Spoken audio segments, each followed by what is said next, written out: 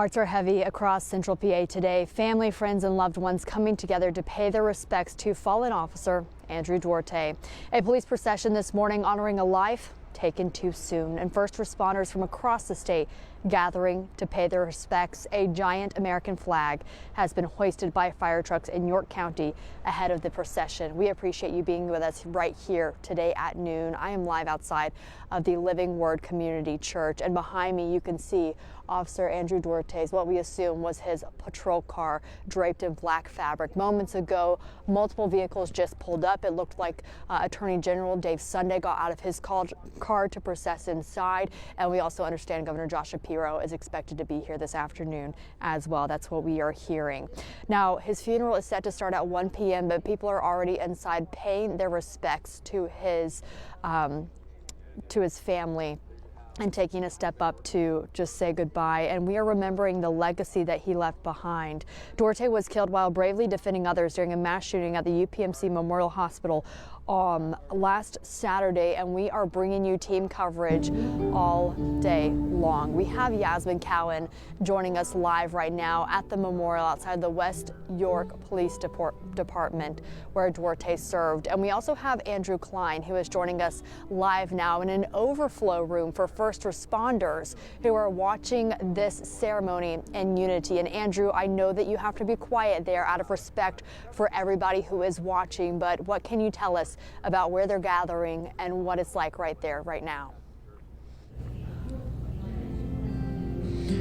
Yeah, Candace, the door outside says Officer Duarte's celebration of life, and that is what today is supposed to be. I spoke to the director of operations here at the Wise Haven Event Center. She said there are 400 chairs that are set up today, and she's worried that there might not be enough. That just goes to show how much today means to law enforcement. I was able to speak with a few people a little while ago. One of them said today is a hard day for law enforcement. You never want to see this happen to one of your brothers. Another one told me this is a tight-knit community. People are coming all the way from Denver. It just shows how much it means. There are people right now in the venue starting to fill up those chairs, and it is a very somber, a very quiet environment. People are crying, sharing stories of Officer Duarte and what he meant to them and what he means to the line of service as well. Again, we'll continue coverage throughout the day.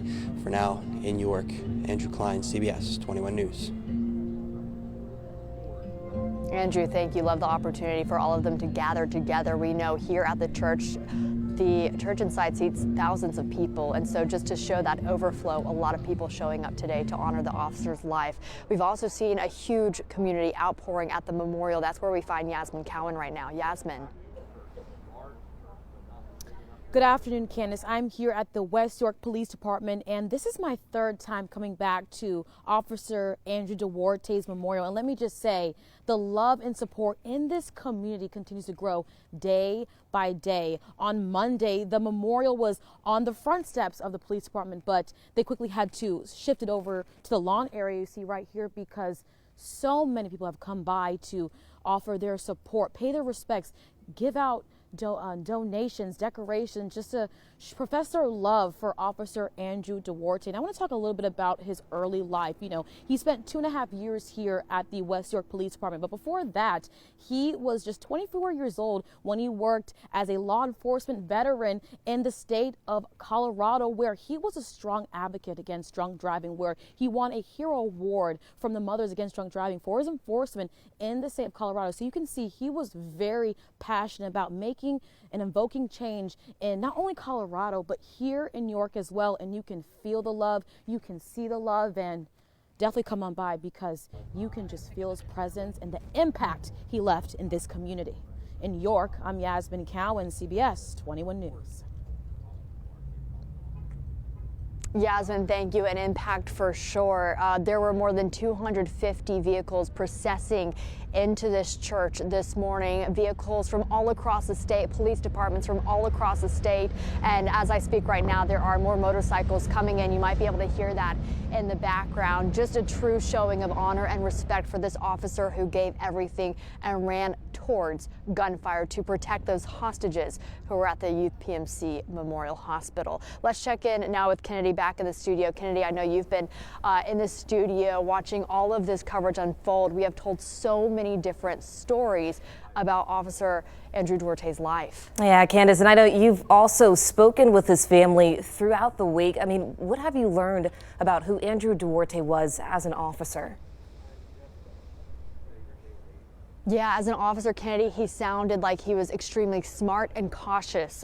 Both his mother and girlfriend told me that he would wear his bulletproof vest all the time, even when he was inside the police station. We're told he was extremely punctual. If he was 5 minutes early, he was late. So he was always on time, and he was just very detailed. He has such a passion for helping people with DUI arrests, for just being an advocate for people's safety, and he really cared about his job, his community, and his loved ones. I'm told he loved very well, Kennedy.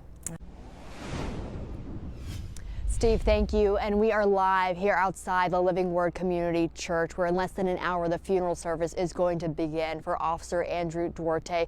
We had a chance this week, an honor really, to speak to the people who knew and loved Officer Duarte the most. We're taking a look back at a life well lived. The only child to Nancy Duarte Matarese and Gary Duarte, Andrew was born February 17, 1995, in Oakland, California. He was 3.5 pounds when he was born. As I said, all babies are miracles, but Andrew was a little bit more of a miracle. His parents remarried. In 2013, Andrew graduated from Berean Christian High School in Walnut Creek, California. He graduated summa cum laude in 2016 from California University of Pennsylvania with a bachelor's degree in criminal justice and police science.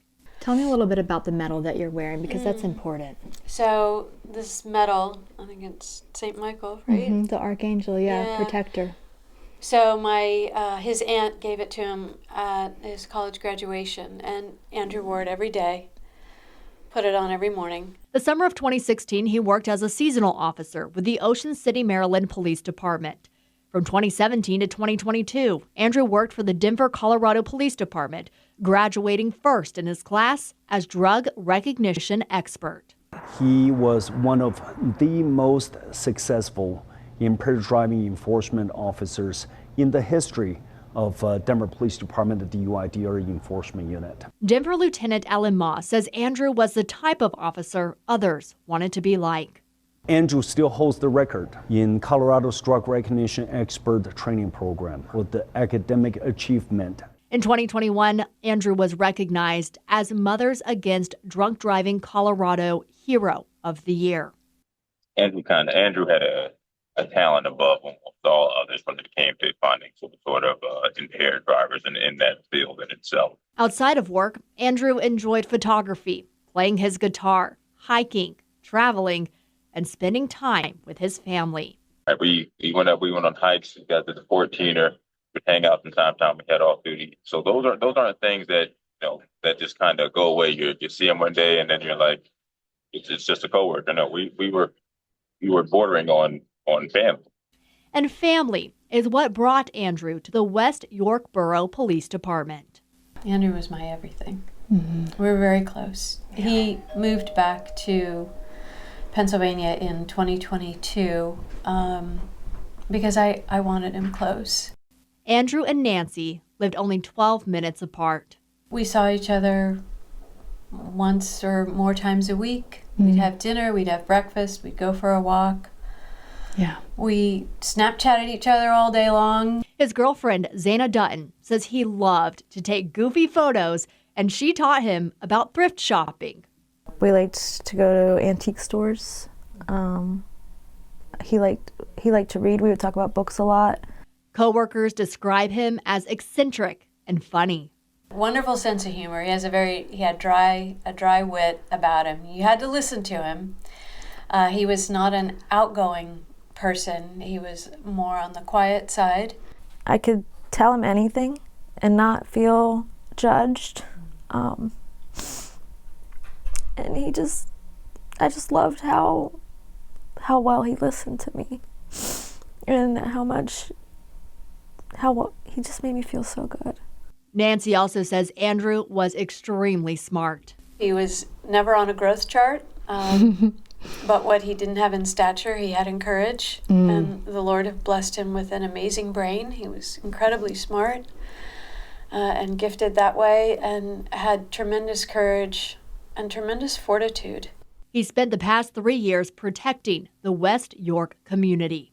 He had passion for this job and passion for the protection and service of people that's unparalleled. He's just a model officer in every way. I knew he always wore his vest, and I knew he was careful, and he took many precautions, and he was smart about his job. Nancy says he was punctual, and she is so proud of the man he became. Every time I would leave him, I would always say, be smart and be safe. And he was. And I told him that I loved him, always. His family says he poured into those he loved, and that's what they want people to remember about him the most. He was well loved, and he loved well. He loved his family well. He loved me well. Nancy says that her faith is helping her get through this really difficult time. He was her only child, and she is most likely wearing that St. Michael necklace that he wore close to her heart today inside. Now, the Denver police and Maryland police officers and departments were here today in that procession line where Officer Duarte spent time serving both of those communities, and echoing what the chief says, it sounds like based on everybody we've talked to, everyone he served, he truly was a model officer.